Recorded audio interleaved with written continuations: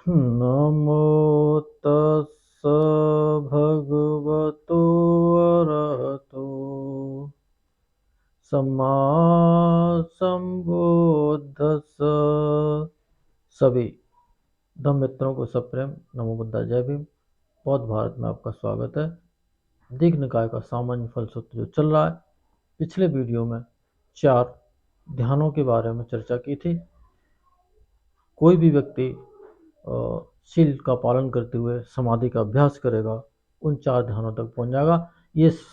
ये जो श्रामण्य फल का जो प्रत्यक्ष लाभ होता है वो सबको मिल सकता है। घर रह करके भी कर सकते हैं और श्रमण बन के तो ये सब करना ही होता है, तो उनको डायरेक्ट लाभ हो जाता है। घर में रह करके थोड़ी समस्याएं रहती हैं, फिर भी उस लाभ से सभी वाकिफ हो जाते हैं। अब इस वीडियो में चर्चा हो रही है प्रज्ञा की। जे भगवान अजातशत्रु को धर्मोपदेश कर रहे हैं। अब यहाँ पर प्रज्ञा का धर्मोपदेश दिया है।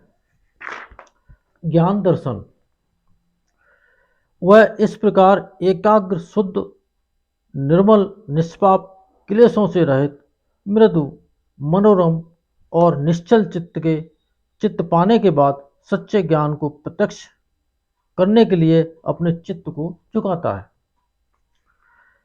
वह इस प्रकार जानता है, यह मेरा शरीर भौतिक जो दिख रहा है, विजिबिलिटी है इसके अंदर, जो आंखों से दिखता है, ये शरीर भौतिक रूपी 4 महाभूतों यानी कि पृथ्वी जल और अग्नि और वायु से बना है।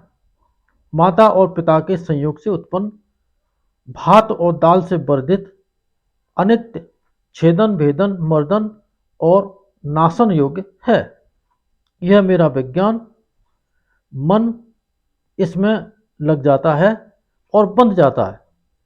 जैसे महाराज श्वेत अच्छी जाति वाला अठपहलू अच्छा काम किया हुआ स्वच्छ प्रसन्न निर्मल और सभी गुणों से युक्त हीरा हो और उसमें नीला पीला लाल उजला या पांडु रंग का धागा पिरोया हो, उसे आंख वाला कोई पुरुष हाथ में लेकर देखे, यह श्वेत हीरा पांडु रंग के धागे में पिरोया हुआ हो।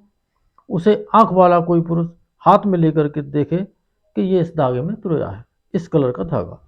इसी तरह महाराज भिक्षु एकाग्र शुद्ध चित्त को लगाता है।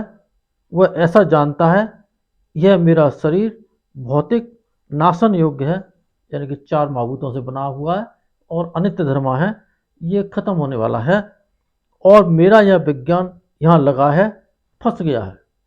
चित्त का जो विज्ञान इस 4 महाभूतों वाले काया में फंस गया है।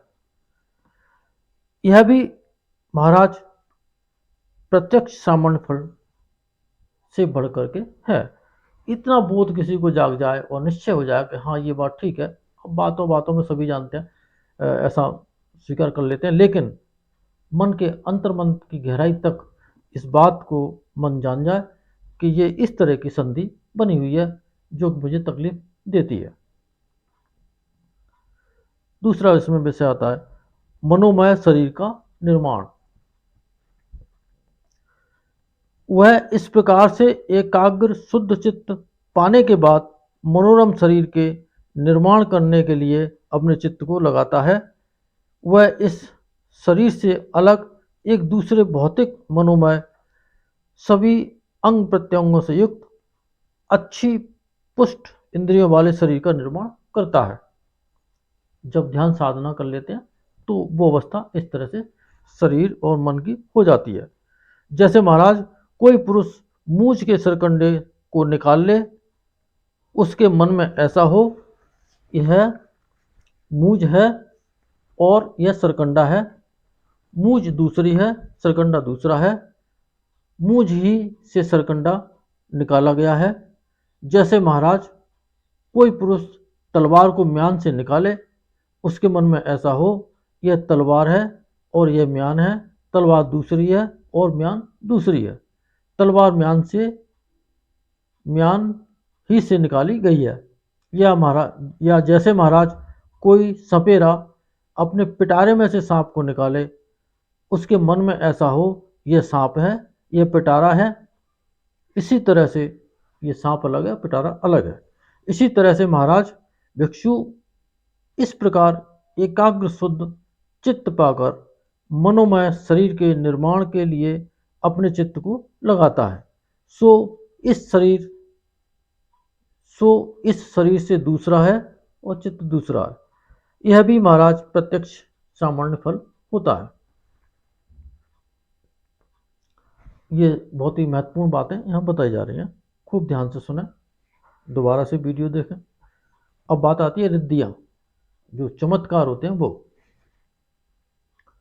वह इस प्रकार से एकाग्र शुद्ध चित्त को पाकर अनेक प्रकार की रिद्धि प्राप्ति के लिए चित्त को लगाता है। तो वह रिद्धियों के लिए चित्त लगाएगा तभी वो रिद्धियां मिलती हैं।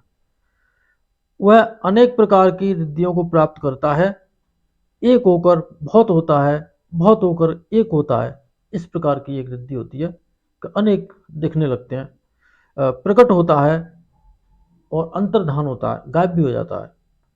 दीवार के आर पार, प्राकार के आर पार और पर्वत के आर पार बिना टकराए चला जाता है, मानो आकाश में जा रहा हो। पृथ्वी में, जल में जैसा गोता लगाता है, जैसे जल में गोता लगाता है वैसे पृथ्वी में भी गोता लगा लेता है, और जल के तल पर भी और पृथ्वी के तल जैसा चल लेता है। आकाश में भी पालती मारे हुए उड़ता है, मानो पक्षी उड़ रहा हो। महातेजस्वी सूरज और चांद को भी अपने हाथ से छूता है और मलता है, ब्रह्मलोक तक अपने शरीर से बस में किए रहता है। ब्रह्मलोक तक को भी अपने शरीर से बस में किए रहता है। जैसे महाराज कोई चतुर कुमार या कुमार का लड़का अच्छी तरह से तैयार की गई मिट्टी से जो बर्तन चाहे वहीं बना ले और बिगाड़ दे, ये उसके हाथ का खेल हो गया। जैसे महाराज कोई चतुर हाथी के दांत का काम करने वाला अच्छी तरह से सीधे सोधे गए दांत से कोई भी आभूषण बना ले और फिर बिगाड़ दे। जैसे महाराज कोई चतुर श्रवणकार सुनार अच्छी तरह से सोधे गए सोने से कोई भी आभूषण बनाए और उसको बिगाड़ दे, ये उसके हाथ का खेल हो जाता है। इसी तरह महाराज भिक्षु इस प्रकार एकाग्र शुद्ध चित्त कर रिद्धि की प्राप्ति के लिए अपने चित्त को लगाता है। वह अनेक प्रकार की रिद्धियों को प्राप्त कर लेता है, एक होकर के बहुत हो जाता है, बहुत होकर के एक हो जाता है। यह भी महाराज प्रत्यक्ष सामान्य फल है। अब बात करते हैं दिव्य स्रोत।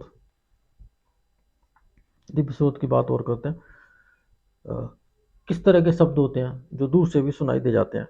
वह इस प्रकार एकाग्र शुद्ध चित्त को पाकर दिव्य स्रोत धातु को पाने के लिए अपने चित्त को लगाता है। वह अपने अलौकिक शुद्ध दिव्य स्रोत कान से दोनों प्रकार के शब्दों को सुनता है, देवताओं के भी और मनुष्यों के भी, दूर के भी और निकट के भी।